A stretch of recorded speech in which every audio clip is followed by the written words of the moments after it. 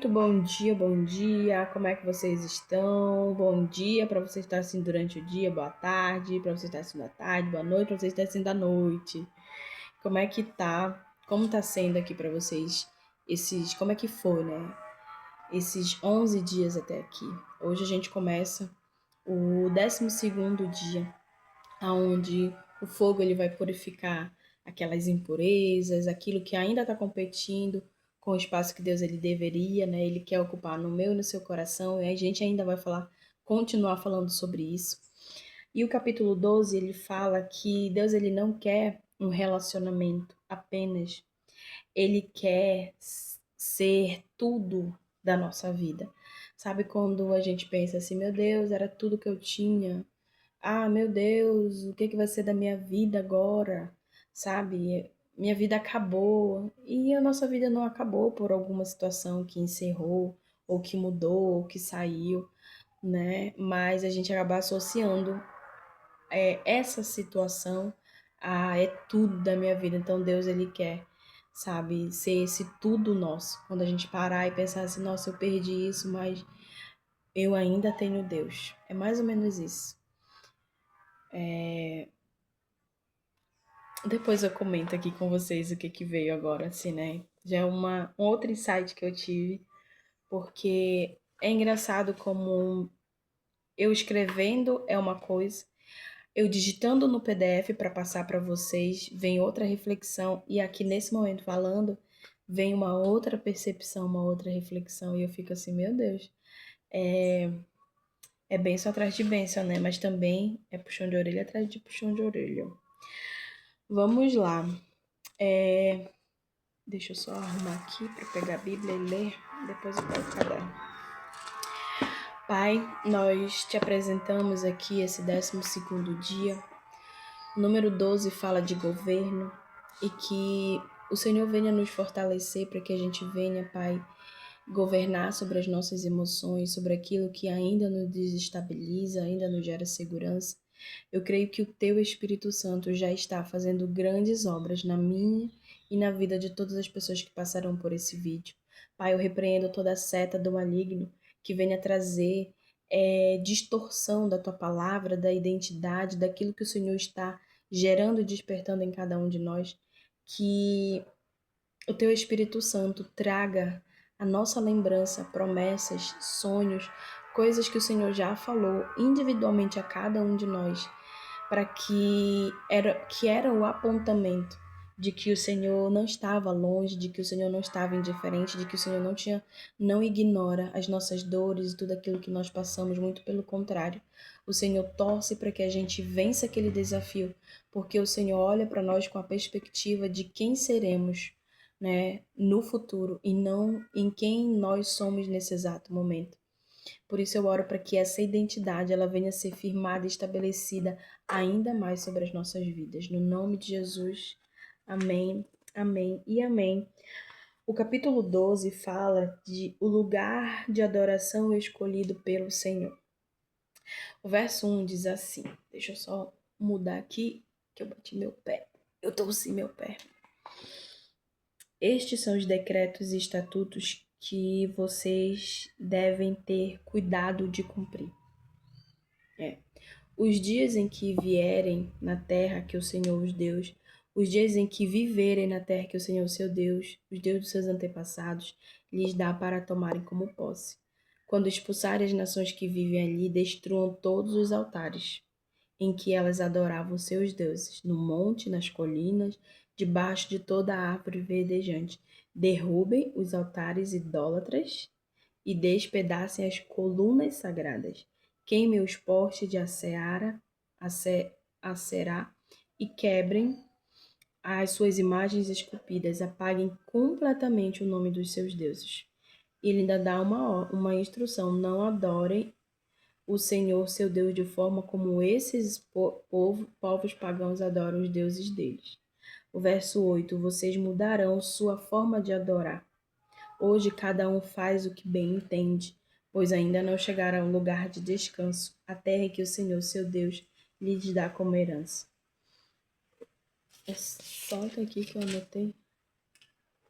Só até aqui por enquanto que eu anotei. Então, esses são alguns versículos que a gente vai, né, meditar em cima deles. Então, como eu disse, aqui Deus ele não quer só um relacionamento, mas ele quer ocupar o centro do nosso coração. Ele quer ser o nosso tudo, né? E logo que eu comecei a buscar desenvolver essa parte espiritual, eu orei por um mentor e Deus me trouxe um mentor espiritual, o pastor Célio. Eu lembro até hoje, ele me ensinou a fazer devocional, a escrever dessa, não, na verdade, não dessa forma, né, mas a iniciar escrevendo. Então assim, foi uma bênção as aulas que a gente tinha com ele. E uma vez ele falou assim: "Você só terá tudo de Deus quando Deus tiver tudo de você". Nunca esqueci mais essa frase, porque aquilo ali eu fiquei, meu Deus, eu só vou ter tudo de Deus quando ele tiver tudo de mim. Tudo de mim, tudo de mim. Mas tudo de mim eu achava que fosse só eu, né? Tipo, tudo de mim, Kalene. Mas tudo de mim envolve família, trabalho. Aí vem uma. Vai tendo ramificações, né? E é tudo, tudo. A minha saúde, trabalho, pensamento, ministério, projeto, tudo, tudo, tudo. Sonhos, meta, tudo. E, enfim, por que que eu tô dizendo isso? Porque a gente tem que olhar e falar assim, nossa, Deus é tudo pra mim. Ou então, por exemplo, a gente olha pro filho, nossa, ele é tudo pra mim, ele é a minha vida. A gente olha pra algumas coisas, né? E Deus, ele quer que a gente olhe dessa forma pra ele. O que que é Deus pra você? É um pai? Nossa, Deus é tudo pra mim, é um pai, é meu amigo, é meu discipulador, é meu mentor. Então, o que que Deus ele é pra você, tá? Porque o que ocupa o centro do nosso coração determina toda a estrutura da nossa vida. Aquilo que ocupa o centro do nosso coração determina toda a estrutura da nossa vida. Porque aqui Deus ele está falando como que o povo deveria viver na terra prometida. Porque ele diz que ali, antes de conquistar tudo aquilo que as pessoas, o povo fosse ver de idolatria, ele deveria destruir. Tudo deveria destruir tudo. E às vezes é muito fácil destruir aquilo que está fora de nós. O difícil é destruir aquilo que está dentro, no nosso coração, escondido, que só a intimidade com Ele vai revelar, né?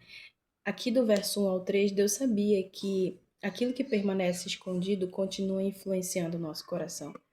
Por isso que ele pede para que tudo seja quebrado, tudo seja, sabe, destruído, porque ele sabia que lá na frente aquela pequena situação ali poderia gerar uma grande influência no futuro e desviar o povo do propósito.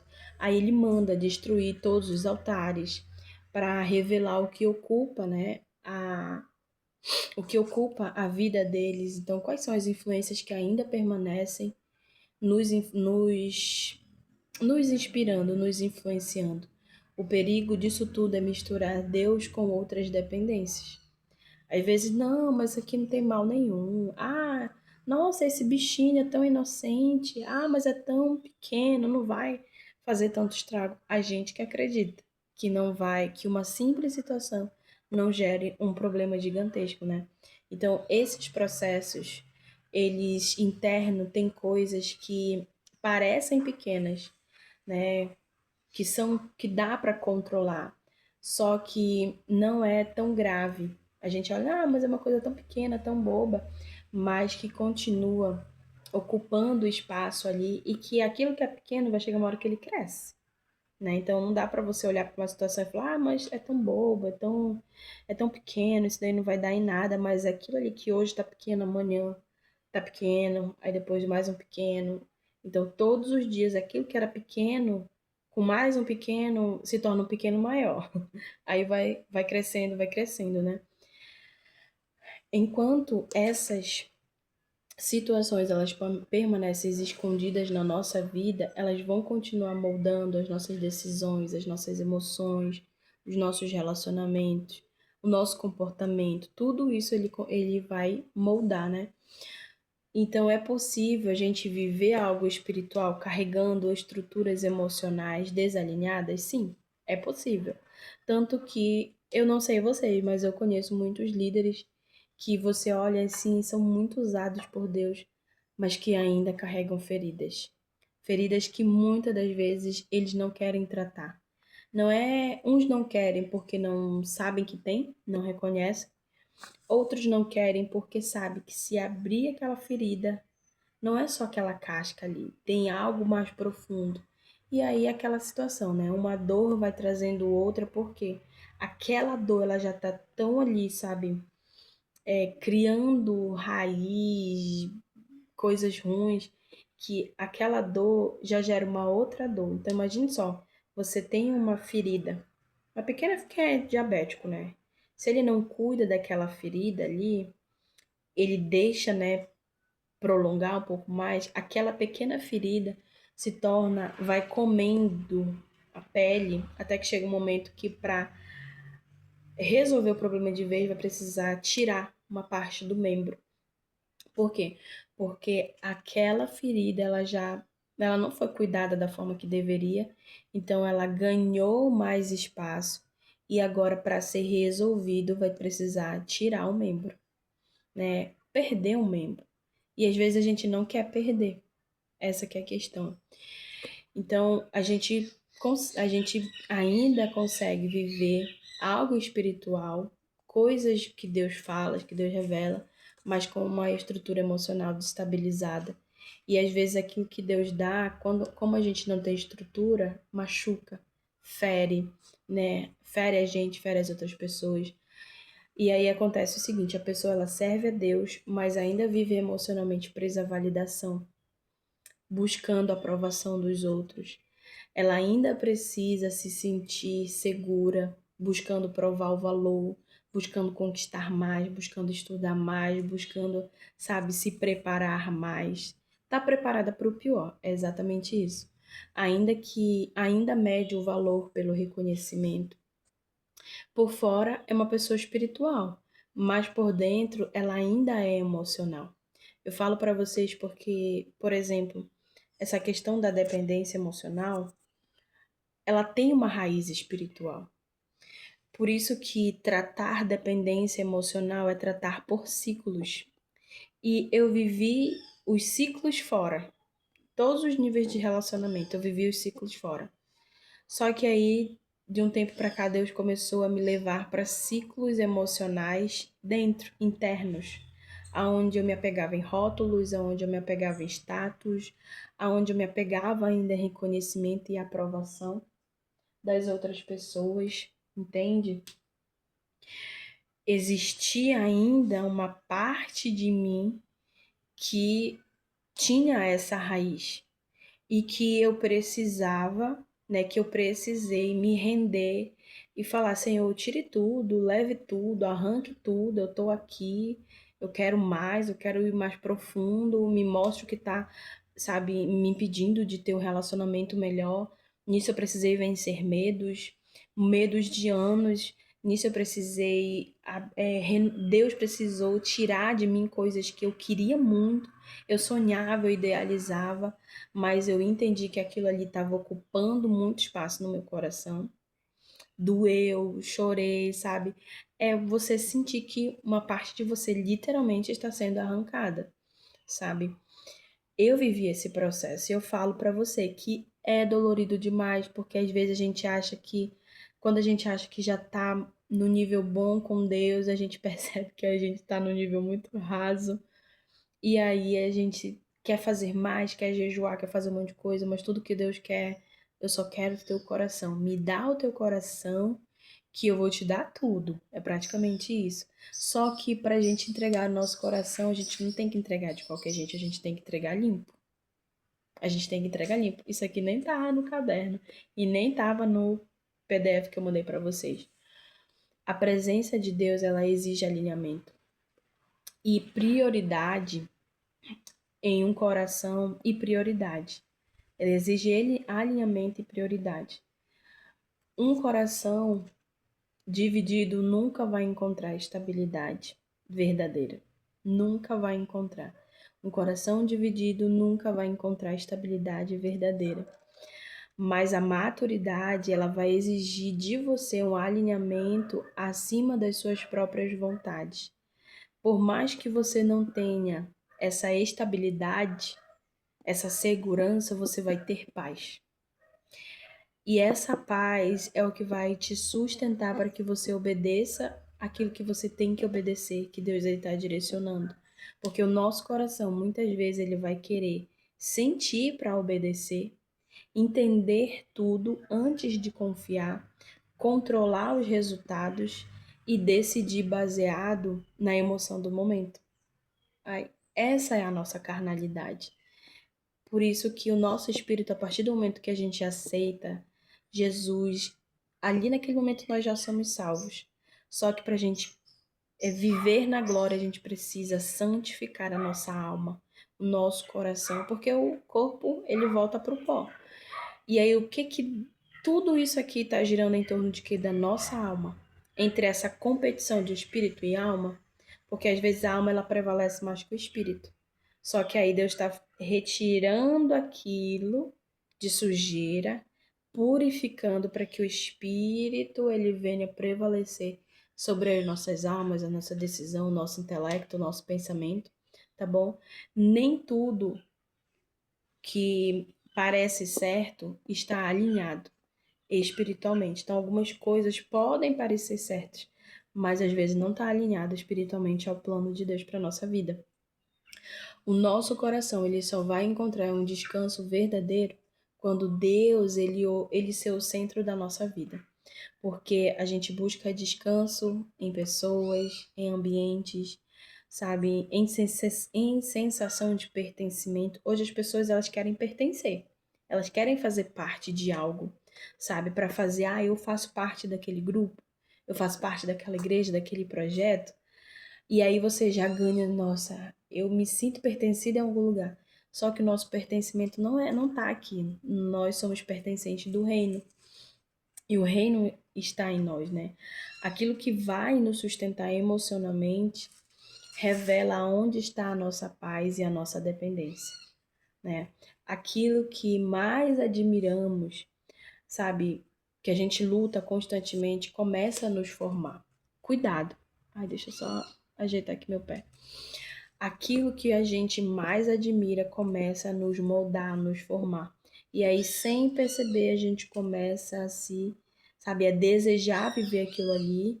E quando a gente vê, a gente já está trocando a dependência pela autossuficiência. A estabilidade, a paz pela estabilidade. Sabe, a nossa filiação, né, que somos filhas, filhos, pela aceitação de outras pessoas. O que a gente tem que entender? Que nem toda influência, ela é perigosa. Algumas, elas vão desviar o nosso coração lentamente. Às vezes você olha para aquilo ali, é uma amizade, é uma pessoa, mas você não vê maldade no primeiro momento. Sabe, gerou uma conexão, foi uma coisa do céu ali, o ambiente preparado, mas depois que você sai dali, você percebe quem era aquela verdadeira pessoa. E você olha e parecia bom, mas no fundo não era bom. É justamente sobre isso. Só que a gente só vai ter esse discernimento buscando em Deus, mas também estando atenta e vigiando as conexões, os ambientes, tudo aquilo que vai vir até nós durante todo esse processo. Eu espero que essa leitura de hoje, essa mensagem de hoje, ela possa trazer a perspectiva daquilo que Deus ele quer formar no nosso coração, na nossa vida, daquilo que ele fala assim, isso aqui precisa sair para que você tenha mais de mim. Essa que é a questão. Isso aqui precisa sair para que você tenha mais de mim. Então, o que precisa sair para que você tenha mais de Deus? Amém? Então, vamos orar nesse momento. Pai, Senhor, nos mostre aquilo que precisa sair para que a gente venha ter mais do Senhor.